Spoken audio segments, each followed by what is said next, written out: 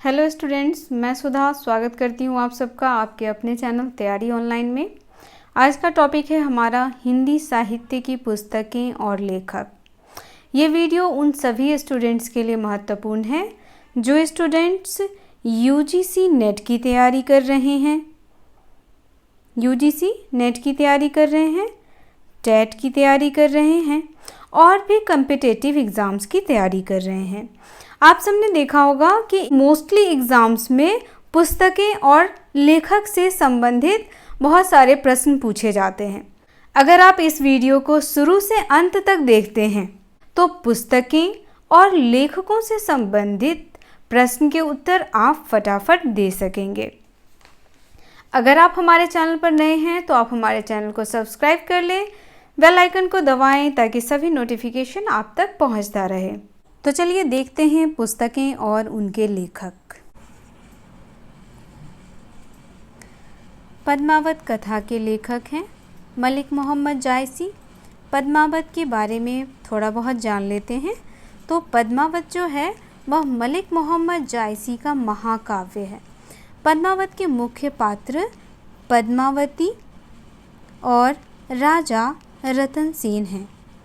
पद्मावती और राजा रतन सेन की कहानी पद्मावत में लिखी गई है। युगवाणी के लेखक हैं सुमित्रा नंदन पंत। सुमित्रा नंदन पंत को प्रकृति का सुकुमार कवि कहा जाता है। कई बार यह भी प्रश्न पूछा गया है कि सुमित्रा नंदन पंत को क्या कहा जाता है। तो सुमित्रा नंदन पंत को प्रकृति का सुकुमार कवि कहा गया है, सुकुमार कवि। और साथ ही यह भी पूछा गया है कि यह किस बाद के कवि हैं। तो सुमित्रा नंदन पंत जो हैं वह छायावादी कवि हैं। सुरसागर के रचयिता सूरदास हैं। सूरदास जी ने सुरसागर में प्रभु श्री कृष्ण के बाल्य स्वरूप का वर्णन किया है। सतसई के रचनाकार हैं बिहारी।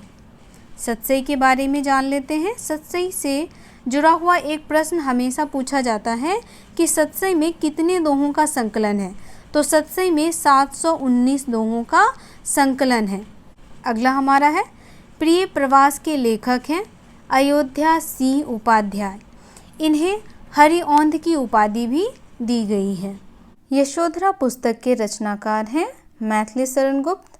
यशोधरा के बारे में जान लेते हैं। यशोधरा जो है वह एक प्रबंध काव्य है। यहाँ पे यह प्रश्न बन सकता है कि यशोधरा कौन सा काव्य है। तो यशोधरा एक प्रबंध काव्य है। इसका प्रकाशन हुआ था 1933 में। यशोधरा का प्रकाशन 1933 में हुआ था। और यशोधरा में बुद्ध के गृह त्याग की कहानी है। यशोधरा जो थी वह गौतम बुद्ध की पत्नी थी। उनके पीड़ा का वर्णन मैथिली शरण गुप्त जी ने यशोधरा नामक रचना में किया है। अगला हमारा है भारत भारती के लेखक कौन हैं। भारत भारती के लेखक हैं मैथिली शरण गुप्त। अगला है कामायनी की रचना किसने की। कामायनी की रचना जयशंकर प्रसाद ने की। कामायनी के बारे में जान लेते हैं। कामायनी से भी कई प्रश्न पूछे जाते हैं। तो पहले यहाँ देखिए कामायनी में कितने सर्ग हैं। तो कामायनी में कुल 15 सर्ग हैं। यह प्रश्न पूछा भी गया है कि कामायनी में कुल कितने सर्ग हैं। तो कामायनी में कुल 15 सर्ग हैं। और मुख्य पात्र कौन कौन से हैं। तो इसमें मुख्य पात्र 3 हैं, मनु, श्रद्धा और इरा। ये 3 इसके मुख्य पात्र हैं। अगला हमारा है जय पराजय के लेखक कौन हैं। तो जय पराजय के लेखक हैं उपेंद्र नाथ अस्क। अगला है चंद्रकांता संतति किसकी कृति है। चंद्रकांता संतति देवकी नंदन खत्री की कृति है। चंद्रकांता संतति जो है वह उपन्यास है। यह क्या है, उपन्यास है। और यह तिलिस्म और एयारी पर आधारित है। किस पर आधारित है। तो यह जो है वह तिलिस्म यानी कि जादू, तिलिस्म और एयारी पर आधारित है। इसे आप ध्यान रखें। तिलिस्म और एआरी पर आधारित उपन्यास है। अगला देखिए यहाँ, गोदान एवं गमन प्रसिद्ध पुस्तक के लेखक कौन हैं? तो गोदान और गमन के लेखक हैं मुंशी प्रेमचंद, और गोदान और गमन जो है वह मुंशी प्रेमचंद के क्या हैं? उपन्यास। यह उपन्यास है, मुंशी प्रेमचंद द्वारा लिखा गया। अगला है हमारा, गोरा किसकी प्रसिद्ध रचना है? तो गोरा रविंद्रनाथ टैगोर की प्रसिद्ध रचना है।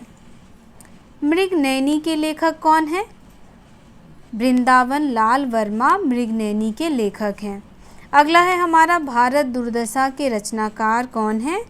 भारत दुर्दशा के रचनाकार हैं भारतेंदु हरिश्चंद्र। यहाँ सबसे महत्वपूर्ण बात यह है कि भारतेंदु हरिश्चंद्र जी को आधुनिक युग का कवि कहा जाता है। आधुनिक युग का आरंभ भारतेंदु हरिश्चंद्र जी से माना जाता है। मैला आंचल किसकी कृति है? मैला आंचल फणीश्वर नाथ रेणु की कृति है। अगला है हमारा, गण देवता किसकी रचना है? गण देवता ताराशंकर बंदोपाध्याय की रचना है। अगला है, चरित्रहीन किसकी रचना है? चरित्रहीन है शरत चंद्र चटर्जी की रचना। अगला हमारा है, मुगल शहजादी में से किसने प्रसिद्ध पुस्तक हुमायूं नामा लिखा? तो हुमायूं नामा की रचना गुलबदन बेगम ने किया था। हुमायूं की बहन थी गुलबदन बेगम, और उन्होंने अपने भाई के बारे में लिखा था हुमायूं नामा में। अगला हमारा है, चरक संहिता संबंधित है। चरक संहिता चिकित्सा से संबंधित है। चरक संहिता के लेखक हैं महर्षि चरक। यह एक चिकित्सक थे और उन्होंने ही चरक संहिता की रचना की। अगला है, मिताक्षरा का संबंध किससे है?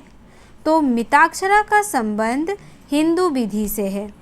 अगला है हमारा, लीलावती पुस्तक संबंधित है गणित से। लीलावती के रचनाकार हैं भारतीय गणितकार भास्कर द्वितीय। भास्कर द्वितीय के द्वारा लिखा गया था लीलावती, और यह रचना जो है वह संस्कृत में की गई थी। यह जो है वह किस में की गई थी? तो संस्कृत में लिखा गया था। यह आप ध्यान रखें, संस्कृत में इसकी रचना हुई थी। और कब हुई थी? तो लीलावती पुस्तक की रचना 1150 ईस्वी में की गई थी और इसकी रचना संस्कृत भाषा में हुई थी। अगला हमारा है, संस्कृत ग्रंथ अष्टाध्यायी का संबंध है। तो संस्कृत ग्रंथ अष्टाध्यायी का संबंध व्याकरण से है और इसके रचनाकार हैं पाणिनि। अष्टाध्यायी के रचनाकार हैं पाणिनि। अगला हमारा है, कबीरदास के उपदेशों का सबसे महत्वपूर्ण संकलन है। तो कबीरदास के उपदेशों का सबसे महत्वपूर्ण संकलन बीजक है। बीजक जो है वह उनके प्रिय शिष्य धर्मदास जी के द्वारा संकलित किया गया है। धर्मदास जी कबीरदास जी के प्रिय शिष्य थे। अगला हमारा है, वाल्मीकि द्वारा रामायण ग्रंथ की रचना हुई किस भाषा में? संस्कृत में। अगला है, महाभारत महाकाव्य का मौलिक नाम है। क्या नाम है महाभारत का मौलिक नाम? तो महाभारत का मौलिक नाम जय संहिता है और महाभारत की रचना महर्षि वेद व्यास जी ने की थी। महाभारत की रचना महर्षि वेद व्यास जी के द्वारा किया गया था। अगला हमारा है, बाबरनामा मूल रूप से लिखा गया है किस भाषा में? तुर्की में। अगला है, अर्थशास्त्र किस विषय पर लिखी गई पुस्तक है? तो अर्थशास्त्र राजनीति पर लिखी गई पुस्तक है। अर्थशास्त्र का संबंध राजनीति से है और अर्थशास्त्र के लेखक हैं चाणक्य। चाणक्य को कौटिल्य भी कहते हैं। अगला हमारा है, कबीर के दोहों के संग्रह का क्या नाम है? तो कबीर के दोहों का संग्रह जो है वह बीजक है। बीजक में संग्रहित हैं क्या? साखी, ये ध्यान दीजिएगा, साखी, सबद और रमैनी, ये तीनों संकलित हैं बीजक में। और बीजक का संकलन मैंने आपको पहले ही बताया है। बीजक का संकलन धर्मदास जी ने किया था, जो कबीरदास जी के परम शिष्यों में से एक थे। अगला है हमारा कालिदास कृत मालविकाग्नि मित्रम क्या है? तो यह एक नाटक है। अगला है रज्मनामा किस ग्रंथ का फारसी अनुवाद है? तो रज्मनामा महाभारत का फारसी अनुवाद है। अगला है हमारा मिलिंद पान्हु क्या है? तो पाली ग्रंथ है। अगला है कालिदास रचित अभिज्ञान शकुंतलम का अंग्रेजी में अनुवाद सर्वप्रथम किसने किया? तो विलियम्स जोन्स ने अभिज्ञान शकुंतलम का अंग्रेजी में अनुवाद किया है। अगला है किसकी तुलना मैकियावेली से की जा सकती है? तो मैकियावेली से तुलना की जा सकती है वात्स्यायन के कामसूत्र का। अगला हमारा है किस मुगल शासक ने अपनी आत्मकथा लिखी है? तो बाबर ने अपनी आत्मकथा लिखी है। आत्मकथा का अर्थ होता है अपने बारे में लिखना।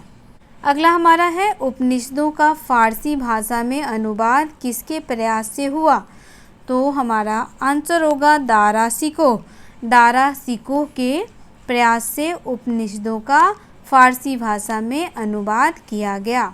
तो ये वीडियो यहीं समाप्त होता है। मिलते हैं अगले वीडियो में। अगर आप हमारे चैनल पर नए हैं तो आप हमारे चैनल को सब्सक्राइब कर लें, बेल आइकन को दबाएं ताकि सभी नोटिफिकेशन आप तक पहुंचता रहे।